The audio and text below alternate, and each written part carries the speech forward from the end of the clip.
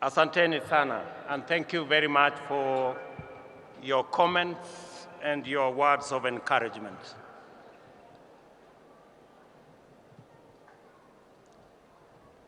To the people of Kenya, this is a momentous occasion for our country. Our politics and our elections have never failed to be emotive, engaging, and dramatic.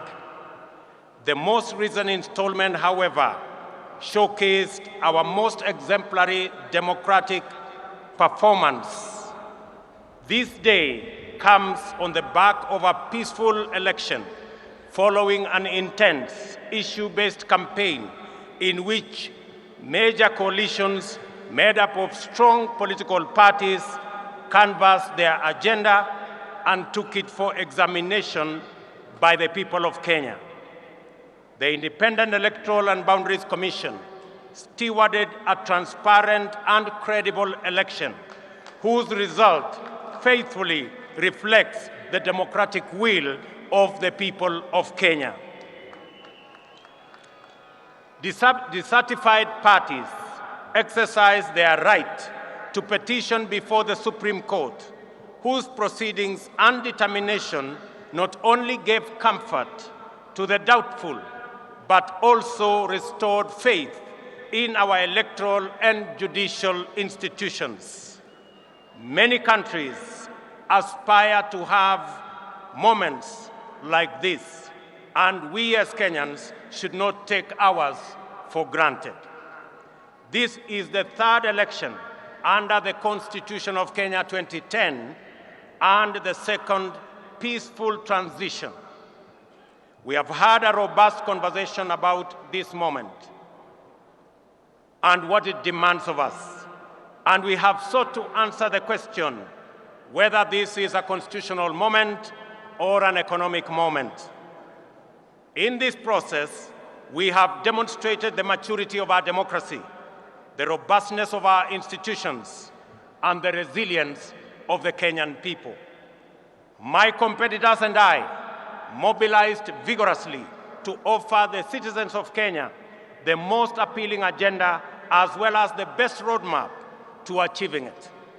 I remain firm in the conviction that all sides in the last election did their best to present a pathway to actualize the people's aspirations. The just concluded election was a choice between competing ideas towards the Kenya we want. Elections and democracy entail unifying competition, not divisive rivalry. The performance of our security services, the performance of the IEBC, and the judiciary was put to severe test. By and large, these institutions lived up to our expectations. We can only aspire to do better in future, and I give my undertaking that my administration shall work to ensure that the bar is raised even higher for the next general elections. A significant dividend of our electoral and democratic process is the tremendous achievement we made in breaking the glass ceiling by enhancing the participation of women in leadership. 7 women were elected as governors, up from 3 in the last election. 29 women were elected as members of the National Assembly, up from 23 in 2017. 7 women deputy governors and 3 women senators were elected as well. It is very clear that this election had many winners, far exceeding those who were actually elected. By far,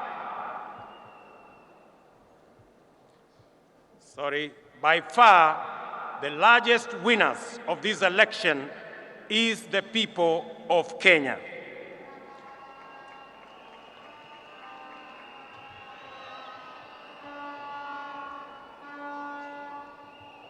We have done well as a nation.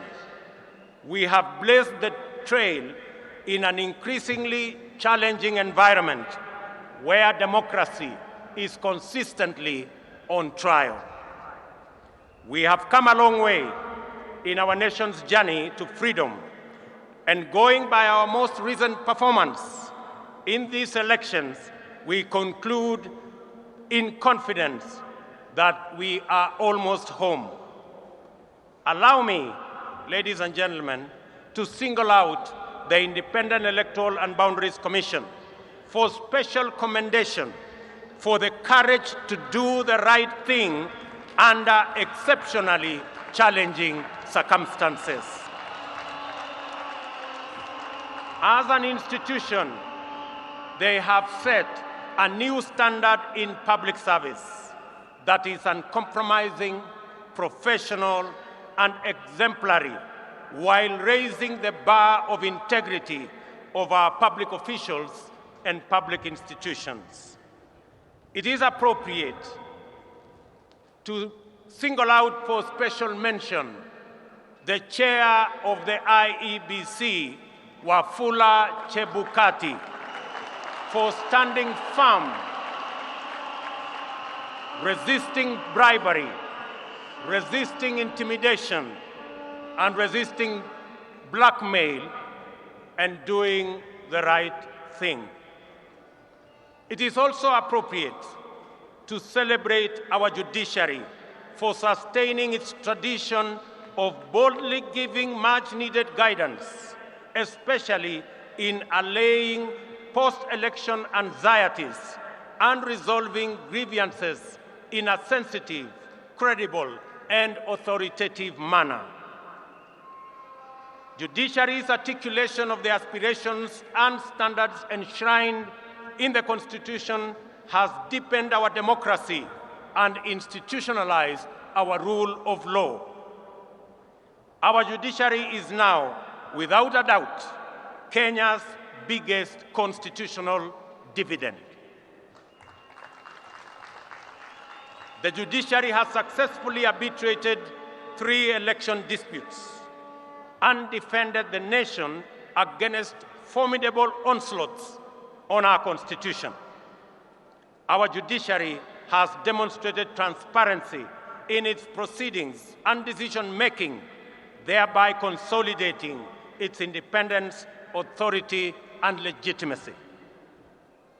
I also take this opportunity to say a special word of appreciation to our security services for a commendable job at a critical moment in our nation.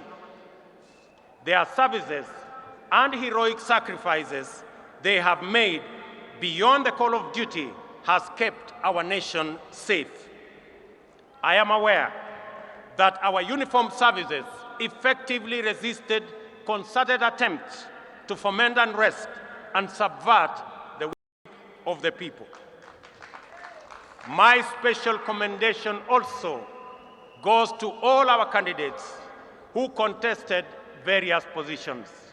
Their participation enhanced competition and enriched public debate that underpins democratic choice. Special recognition goes to my worthy competitor and friend, the Honorable Raila Amolo Odinga, and his running mate, the Honorable Martha Wangari Karua, and all the other candidates who mounted a vigorous and determined campaign. I assure them that their supporters will be my constituents. I will work with all Kenyans, irrespective of who they voted for.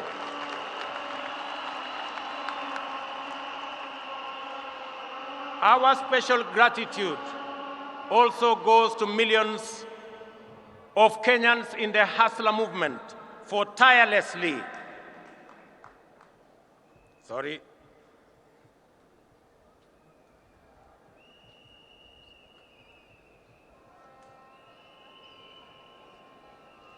Very good. Very good. Our special gratitude also goes to millions of Kenyans in the Hustler movement for tirelessly mobilizing for the campaign and executing a historic revolutionary feat, perhaps as great as the daring exploits of our legendary freedom fighters. This includes all our campaign volunteers, agents, mobilizers, and those who contributed whatever they could in whatever form to keep the movement going. I also appreciate our religious community and institutions for their support, their prayers, and encouragement. I commend the Church in particular, and in equal measure, the Islamic religious leadership for their considerable support to us and our campaign. We also appreciate them for continuously exploring avenues for interfaith understanding and solidarity, which have gone a long way to enhance tolerance and cohesion in Kenya. Faith-based institutions continue to play a noble and indispensable role in our communities, and I commit that we will enhance our partnership, build on our collaboration, and enhance our support to them. At this juncture, it is important for me to speak directly to the youth, and especially those who participated in one way or another in the election campaigns. I commend you for resisting pressure and enticement to be misused as agents of conflict and disruption during the electioneering period. I also congratulate those who went out to seek various roles within campaigns and election, thus playing their part in keeping Kenya's democracy robust. Even if your candidate did not win, your participation in the activities of our political parties, campaigns, and elections is the beginning of political internship. My political journey, similarly, began as a young campaign volunteer, fresh out of university in 1992. Your experience and lessons learned should form the basis for your leadership journey going into the future. We have all, therefore, emerged out of this contest stronger, more united, and alive to the issues that are common to all of us. We should remain conscious that we have all been elected to work together in ensuring that our children go to school, our people have food and decent health care, and our young people have jobs, and our workers have dignified livelihoods. For we believe strongly that every hustle matters. Dreams and ambitions live in the hearts of Kenyans who struggle daily against daunting odds, often with nothing except stubborn hope. Some succeed, others fail, while others also do not even get a decent chance. Before the nation and the world today, I stand with great humility and profound joy as a living testimony that with faith in God, willingness to work hard, and a commitment to a vision, dreams can become reality in the fullness of time. I promise to throw open every door of opportunity and to keep every door open until success stories become the norm rather than the exception, and urge all other leaders to do the same so that we can together expand opportunity and chance for many of our citizens. Ladies and gentlemen, we should consolidate our success in the just concluded elections and enhance the capacity and performance of our governance institutions. The innovative deployment of technology to secure election results has been the Electoral Commission's pioneering breakthrough.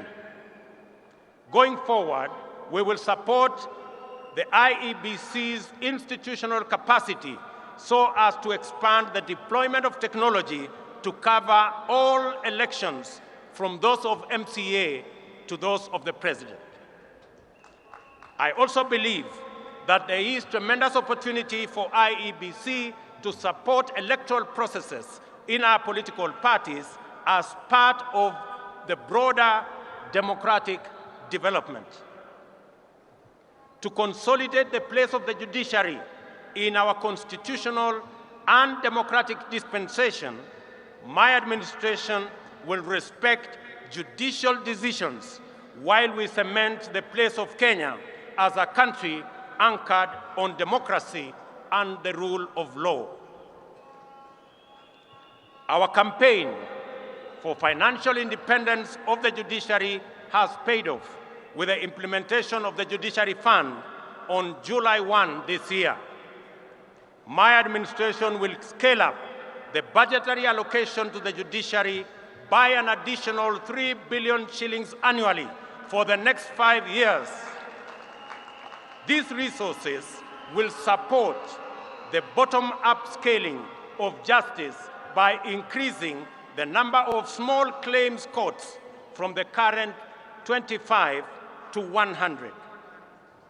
We will also work with the judiciary to build high courts in the remaining 7 counties and magistrates' courts in the remaining 123 sub-counties, and support their ongoing digitization program. These interventions will empower the judiciary to adjudicate and expeditiously conclude corruption cases, commercial disputes, and all other matters, thereby enhancing access to justice and efficiency in our judiciary.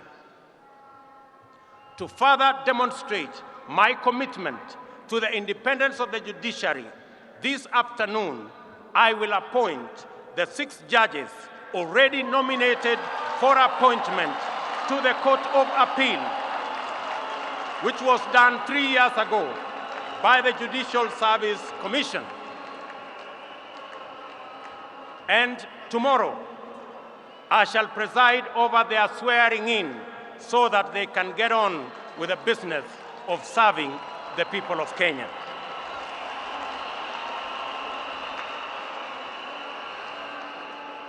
As required by Article 245 of the Constitution, the Inspector General of Police is mandated to exercise independent command over the National Police Service. The service's operational autonomy, however, has been undermined by the continued financial dependence on the office of the President. This situation is going to change. As I address you,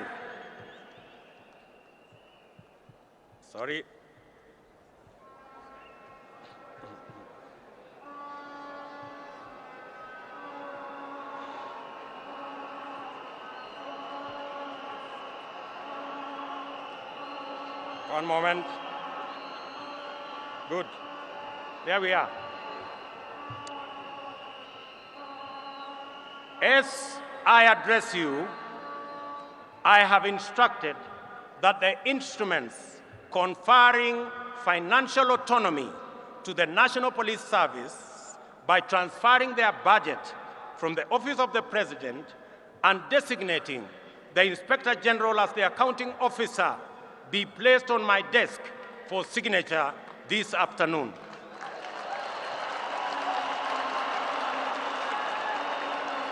Financial independence of the police will give impetus to the fight against corruption and end the political weaponization of the criminal justice system, an undertaking I made to the people of Kenya. I understand the deep fissures and low morale in the public service, the intimidation that was visited on IEBC commissioners and staff during the election was also meted out on various other agencies and staff in public service. This is now in the past. I assure all public officers that my administration will respect their professional service, and no public servant, even chiefs and their assistants, will be required to run political errands for any political party or formation.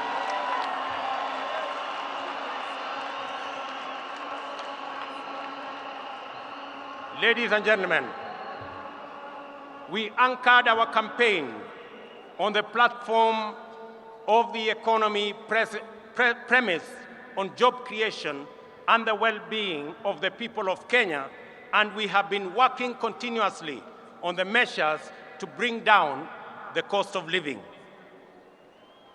Our people are confronted daily with increasingly unaffordable prices, especially food and transport. In our economic forums across the country, during the campaign, citizens consistently shared their anxiety, their pain, and their fury on this matter. It therefore calls on us for urgent and decisive resolution. The interventions in place have not borne any fruit. On fuel subsidy alone, the taxpayers have spent a whopping 144 billion, 60 billion in the last 4 months alone. If the subsidy continues to the end of the financial year, it will cost taxpayers 280 billion, equivalent to the entire national government development budget. Additionally, there was an attempt to subsidize unga in the run-up to the election, a program that cobbled up 7 billion in 1 month.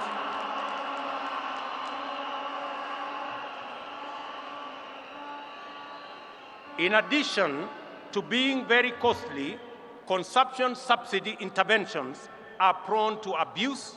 They distort markets and create uncertainty, including artificial shortages of the very products they seek to subsidize. The cost of living challenges are related in our respectful submission to production. Our strategy to bring down the cost of living is predicated on empowering producers. The forecast for maize harvest this year is below 30 million bags against a normal production of 40 million bags. The main cause of the decline in production is the high cost of farm inputs. Our priority intervention, therefore, is to make fertilizer, good quality seed, and other agricultural inputs affordable and available. For the short rains, we have already made arrangements to make 1.4 million bags of fertilizer available at Kenya shillings 3,500 for a 50-kilogram bag, down from the current 6,500.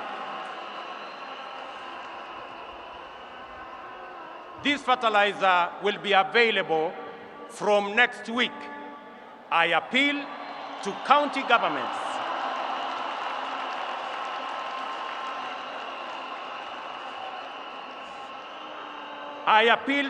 governments in eastern, central, and western regions, where we are expecting short rains, to work with us in making sure that this fertilizer is available to all farmers in that region so that we can begin the journey to increase our food production initiatives. Additionally,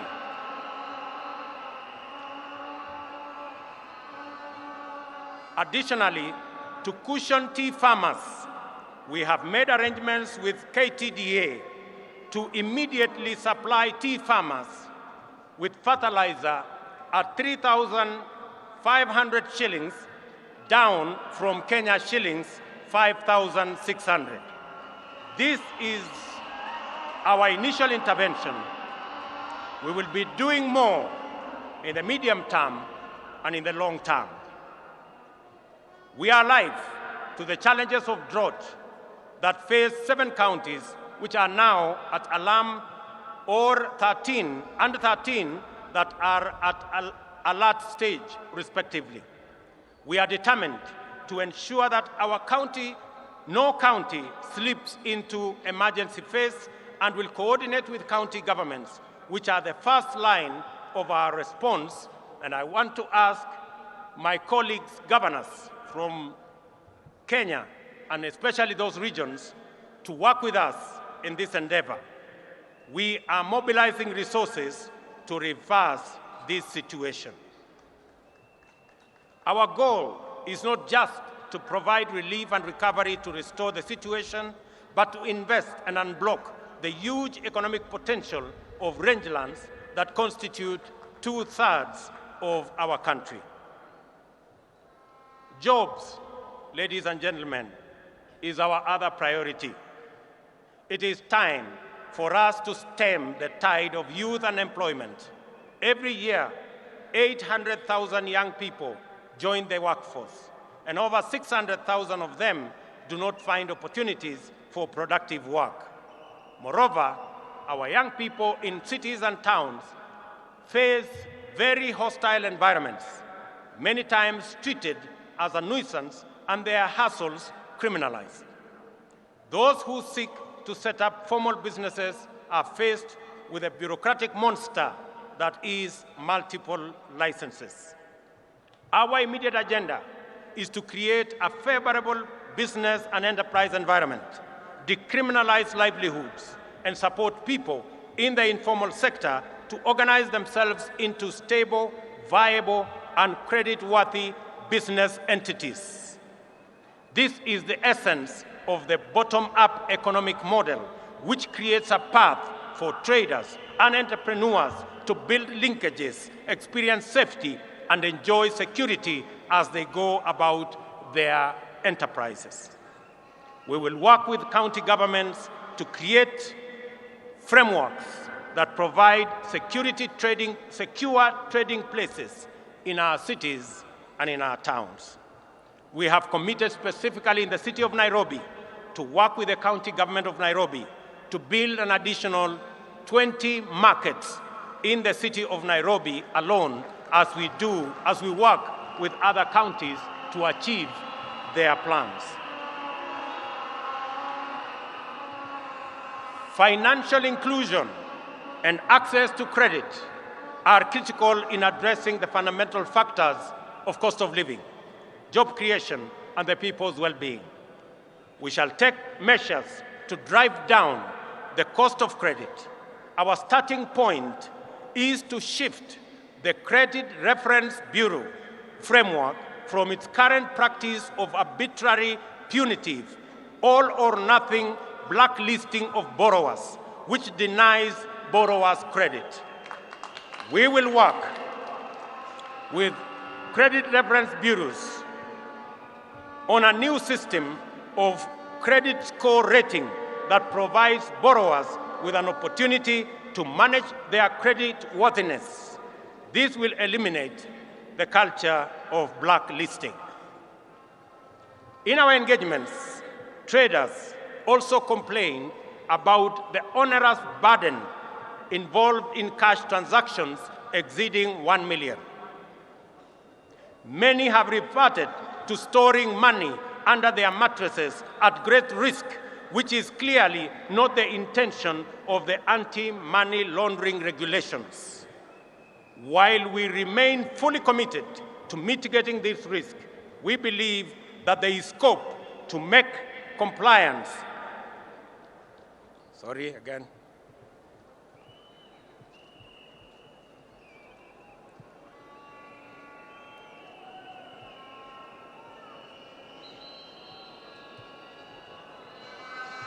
Very good.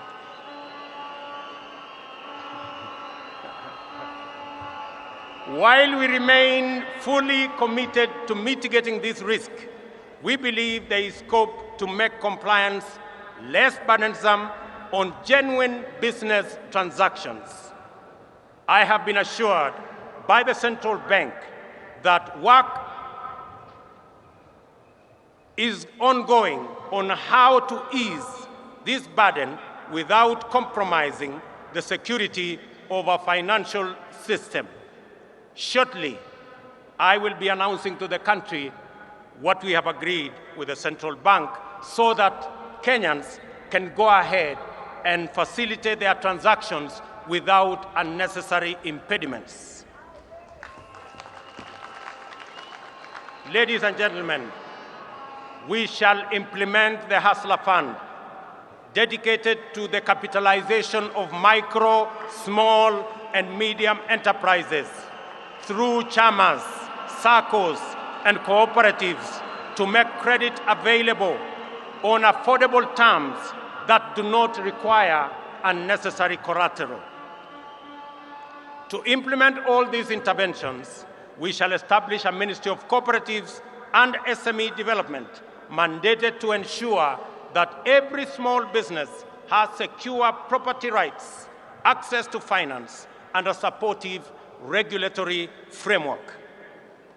Furthermore, to deal with the huge challenge of youth unemployment, we will roll out our social and affordable low-cost housing program, targeting an average of 250,000 units every year. This will create opportunities in the entire job market. We will engage TVET institutions to provide necessary skills to enable the Jua Kali industry supply standardized products for our housing program. We will leverage on our competitive advantage in the leather and textile industry to roll out our labor-intensive agro-processing industrialization program. This will start in Naivasha Industrial Park and Dongo Kundu Industrial Park. This afternoon, I will be issuing instructions for clearing of goods and other attendant operational issues to revert to the Port of Mombasa, as I made a commitment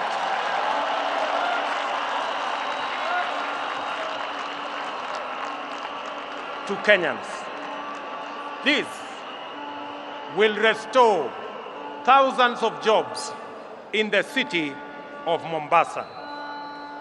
Ladies and gentlemen, we must stabilize our public finances. This year, we will spend 60% of our revenues to service our debt. We are faced with Kenya shillings 60 billion in pending bills for goods and services supplied to government. Clearly, we are living beyond our means. This situation must be corrected. I am aware that many individuals, families, and their businesses have been driven to ruin and forced to shut down over government unpaid bills. We shall give priority to the expeditious resolution of our pending bills so that the government can meet its obligation and facilitate better economic performance. In the coming weeks, we shall advise government creditors on the mechanisms for the resolution of their outstanding payments. We are committed to ensuring that they are paid in the shortest time possible. Additionally, we urgently need to expand our tax base. Our job creation agenda and the capitalization of our SMEs will go a long way in broadening our tax bracket. We will make KRA more professional, efficient, responsive, and people-friendly. I urge taxpayers to respond by undertaking their patriotic duty and pay their taxes. In furtherance to this, oversight institutions such as the Auditor General and the Controller of Budget will be adequately funded to execute their mandates. On the matter of gender parity, I am committed to the two-thirds gender rule as enshrined in our Constitution. We will work with Parliament to fast-track various legislative proposals and establish a framework that will resolve this matter expeditiously, as I promised in our manifesto. The participation of women in our governance does not make us lesser, it makes us greater. And their role can no longer be nominal, it must be substantive. Ladies and gentlemen, our health agenda is premised on fundamental reform in the way health is financed and provided. We shall reform the National Insurance Fund to make it a social health insurance provider, improve procurement of medical supplies, deploy an integrated, state-of-the-art health information system, and most importantly, provide adequate human resources at all levels. Contributions to the National Hospital Insurance Fund will now be graduated and will depend on people's income. There is a robust conversation, ladies and gentlemen, in the country on education, and in particular, the implementation of CBC curriculum. Public participation is critical in this matter. I will establish an education reform task force in the presidency, which will be launched in the coming weeks. It will collect views from all players in line with the constitutional demand of public participation, and we are particularly alive to the anxieties of parents on the twin transition of the last 844 class and the first CBC class in January next year. I assure all that there will be a solution to the matter before then.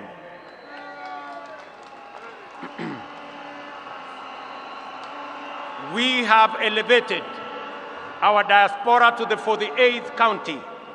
The complaint has always been that the diaspora does not receive adequate attention and attention they deserve. The focus has been on remittances, while the fundamental rights as citizens have been neglected. To correct this oversight, I pledge to elevate diaspora to a ministry level, strengthen diaspora services in all embassies, work with Parliament to set up a committee that will exclusively deal with diaspora issues, and set up a mechanism for public participation by Kenyans living in diaspora. Equally, I will work closely with the IEBC to expand and enhance diaspora participation in all our elections. Ladies and gentlemen, devolution and sharing of power and resources is not just a national value, but a principle of governance in our Constitution, but it also is the ground jewel of our constitutional dispensation and the proudest achievement of the citizens of the Republic of Kenya. Every part of our country has experienced the positive impact of this invaluable institution, and Kenyans yearn for better performance of all our devolved units. One of the best ways of accelerating national development is through collaboration with county governments. As Deputy President, I witnessed firsthand the tremendous potential of intergovernmental synergy and look forward to scaling up our capacity to harness these bountiful possibilities. Because of this realization, I have no hesitation in accelerating the transfer of outstanding functions to counties together with the attendant resources.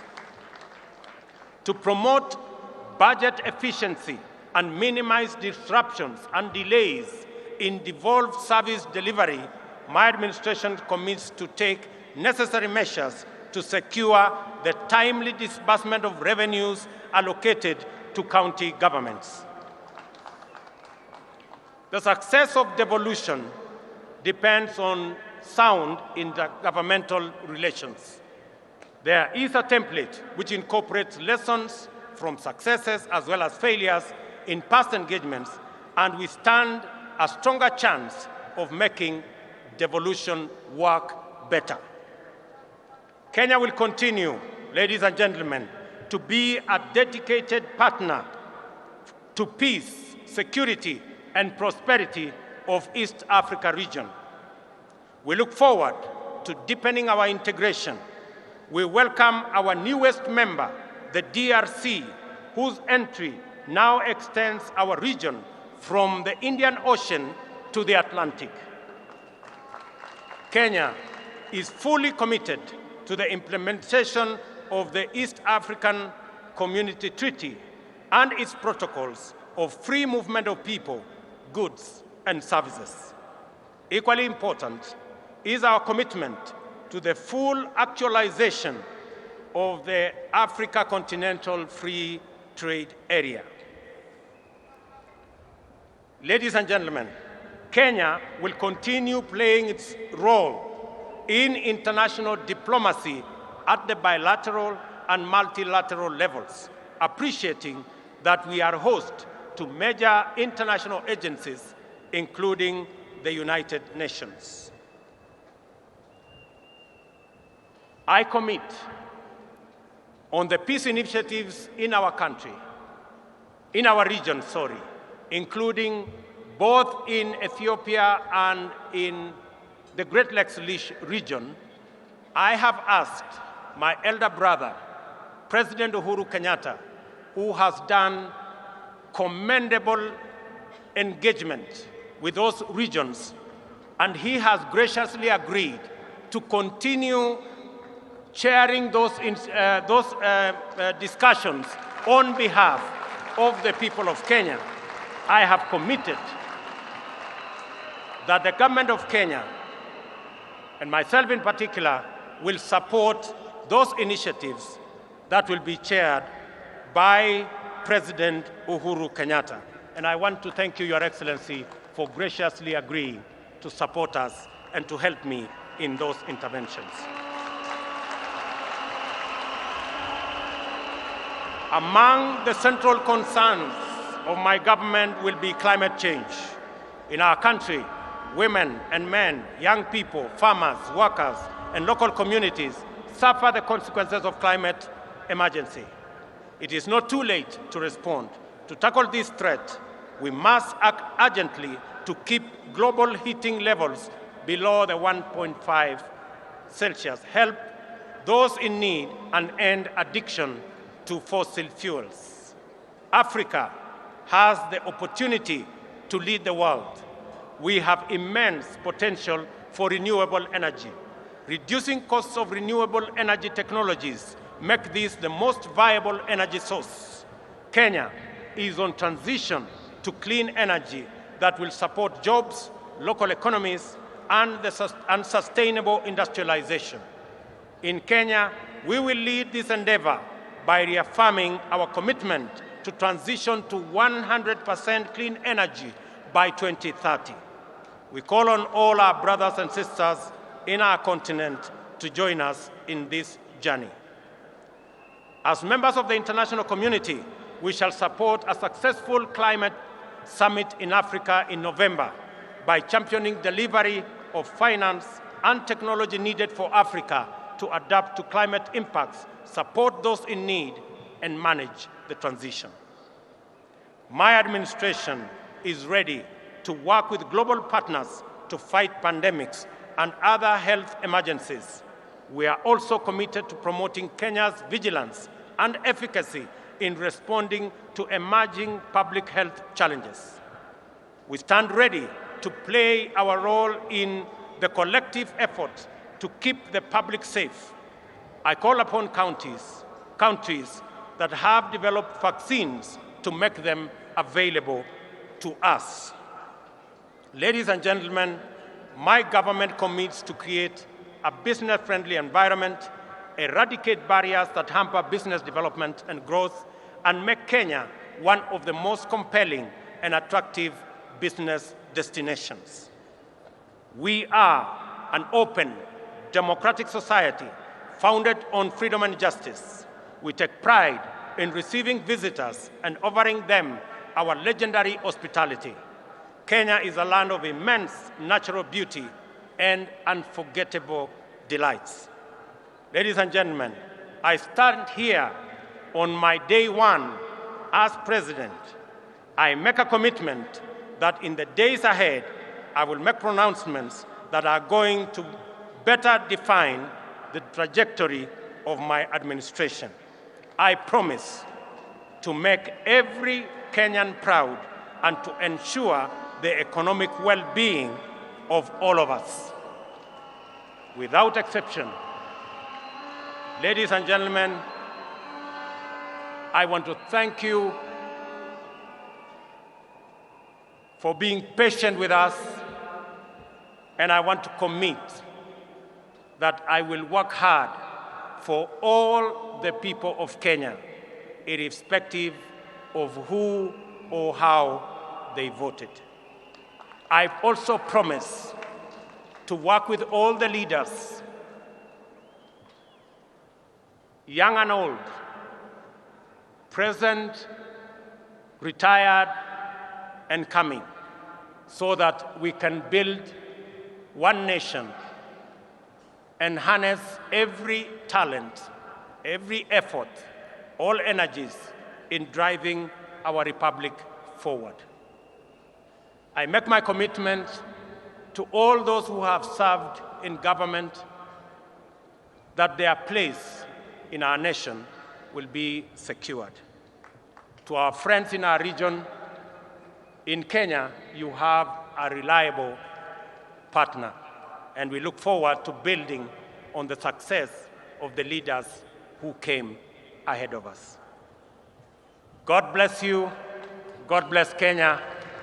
May the very good Lord bless all of us. Asanteni sana na Mungu awabariki.